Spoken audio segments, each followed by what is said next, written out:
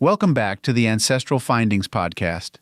Martin Van Buren's life and presidency offer a fascinating glimpse into a critical period of American history marked by economic upheaval, political transformation, and the ongoing struggle to define the nation's identity. His contributions to the political landscape and his role in shaping the future of American democracy make him a significant figure in the annals of American history.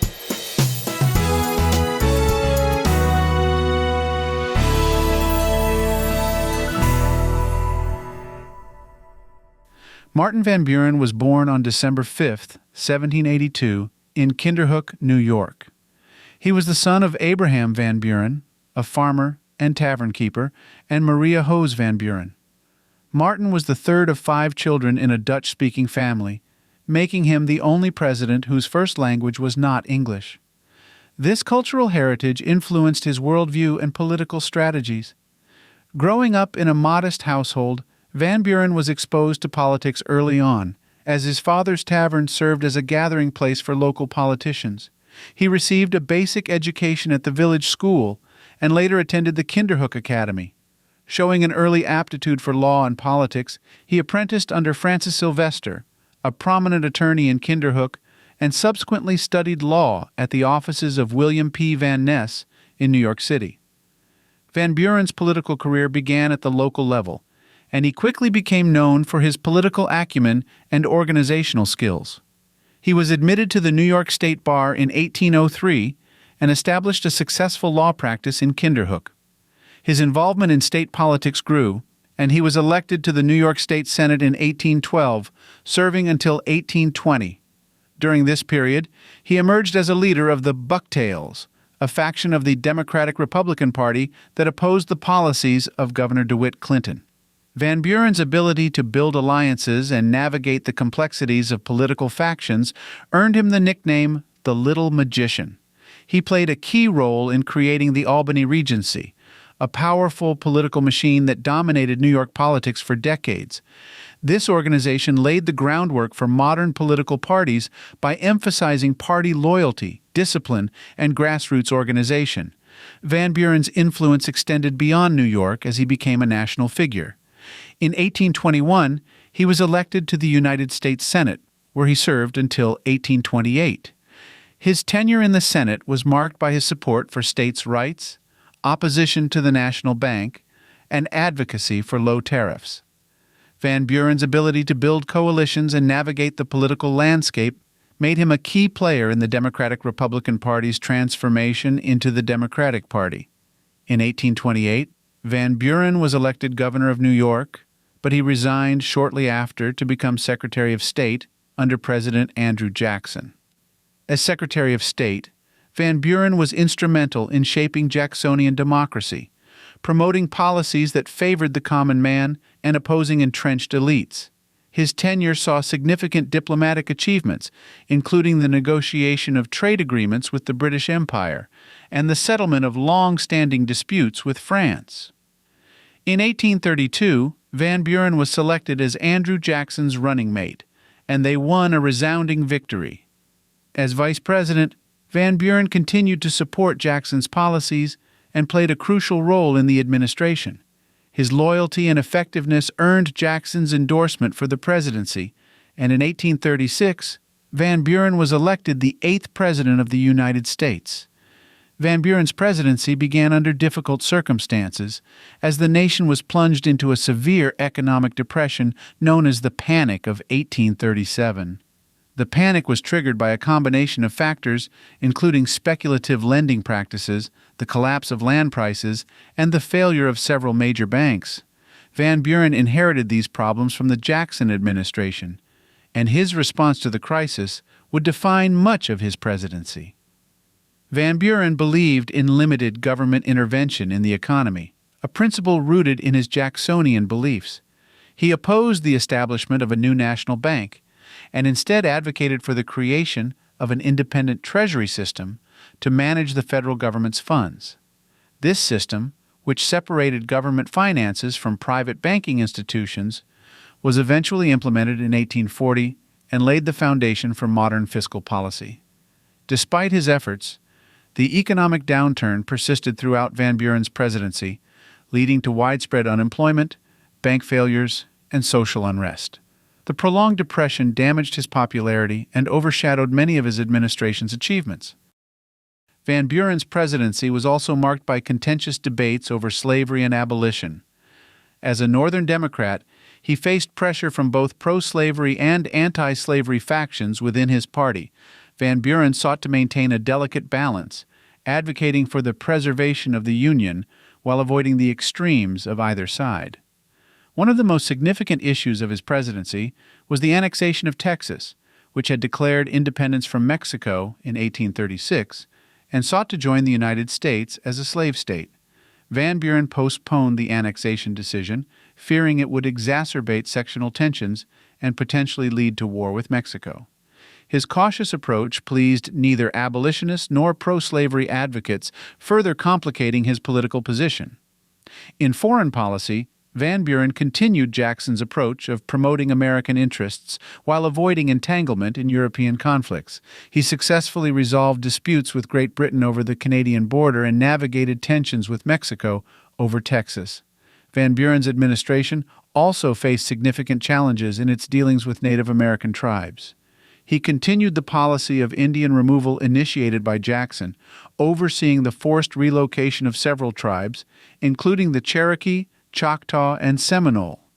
The most infamous of these relocations was the Trail of Tears, during which thousands of Cherokee people were forcibly marched from their ancestral lands in the southeast to present-day Oklahoma, resulting in immense suffering and death. This policy remains one of the most controversial and criticized aspects of his presidency. The prolonged economic depression and political controversies of Van Buren's presidency set the stage for the 1840 election. The Whig Party, capitalizing on public discontent, nominated William Henry Harrison, a war hero, and John Tyler as his running mate. The Whigs ran a highly effective campaign, portraying Harrison as a man of the people and Van Buren as an out-of-touch elitist. The slogan, "Tippecanoe and Tyler too," became emblematic of their campaign. Harrison's victory was decisive, and Van Buren left office in 1841. Despite his defeat, Van Buren remained active in politics. He sought the Democratic nomination in 1844, but lost to James K. Polk, largely due to his opposition to the annexation of Texas. Van Buren later became a leader of the Free Soil Party, which opposed the expansion of slavery into new territories. In the 1848 presidential election, he ran as the Free Soil candidate, but did not win any electoral votes. Martin Van Buren married Hannah Hose, his childhood sweetheart and distant cousin, in 1807. They had 5 sons: Abraham, John, Martin Jr., Smith, and Winfield. Tragically, Hannah died of tuberculosis in 1819, leaving Van Buren a widower for the remainder of his life.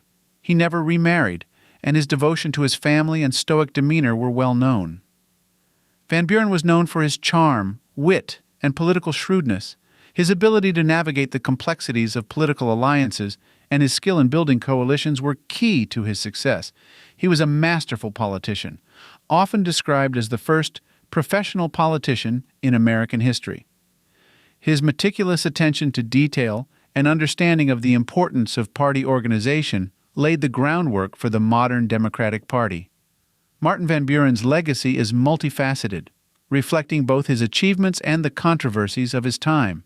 As a founder of the Democratic Party and a key architect of the American political system, his influence on the development of modern political parties and democratic processes is significant. His emphasis on party organization, loyalty, and discipline transformed American politics and set the stage for future political developments. Van Buren's presidency, however, is often overshadowed by the economic turmoil of the Panic of 1837 and the contentious issue of slavery. His response to the economic crisis, while grounded in his principles of limited government, was insufficient to address the widespread suffering and instability. His cautious approach to the issue of slavery, while aimed at preserving the Union, ultimately pleased neither abolitionists nor pro-slavery advocates. Despite these challenges, Van Buren's contributions to American politics and his role in shaping the nation's early political landscape are undeniable. His efforts to create a more inclusive and democratic political system, his commitment to party organization, and his ability to navigate the complexities of a rapidly changing nation remain important aspects of his legacy. Martin Van Buren's life and career encapsulate the dynamic and often tumultuous nature of early 19th century American politics. From his humble beginnings in Kinderhook to his rise as a national political leader, Van Buren's journey is a testament to the power of political skill, resilience, and determination. His presidency, marked by significant challenges and achievements, reflects the complexities of a nation in transition. While his legacy is mixed, with both commendable and controversial aspects, Van Buren's impact on American political history is significant. As a master politician and a key figure in the development of the Democratic Party, his contributions to the evolution of American democracy continue to be felt today. His story is a reminder of the enduring importance of political leadership and the challenges of governing a diverse and rapidly changing nation. Let's look at a few books that provide diverse perspectives on Martin Van Buren's life, presidency, and legacy, offering us a well-rounded understanding of this influential figure in American history. Martin Van Buren, The American Presidents Series, The Eighth President, 1837 to 1841, by Ted Widmer. This concise biography offers a comprehensive look at Martin Van Buren's life and presidency. Part of the American Presidents Series, Ted Widmer provides an accessible and engaging narrative that highlights Van Buren's political career and legacy. Martin Van Buren and the Emergence of American Popular Politics by Joel H. Silbey. Joel H. Silbey's book delves into Van Buren's role in shaping American popular politics. It explores his political strategies, the formation of the Democratic Party, and his influence on the American political system, offering a detailed analysis of his contributions. Martin Van Buren, The Romantic Age of American Politics by John Niven. This in-depth biography by John Niven provides a thorough examination of Van Buren's life, from his early years to his presidency and beyond. The book offers a balanced view of his achievements and challenges, placing his career in the broader context of American history. The Life and Times of Martin Van Buren, The First President Born Under the American Flag by William Lyon Mackenzie. This classic biography provides a detailed and comprehensive account of Van Buren's life and career. It offers insights into Van Buren's political philosophy, his presidency, and his enduring impact on American politics. Thank you for listening and subscribing to the Ancestral Findings podcast. For additional resources, visit ancestralfindings.com. You can download a free ebook, request a free genealogy lookup, and even participate in our weekly historical postcard giveaway. If you want to support us in more ways, consider supporting us on Patreon or PayPal. Every contribution helps to keep the lights on. From all of us at Ancestral Findings, thank you for being an integral part of our family history community since 1995. I hope you have a wonderful day, and as always, happy searching.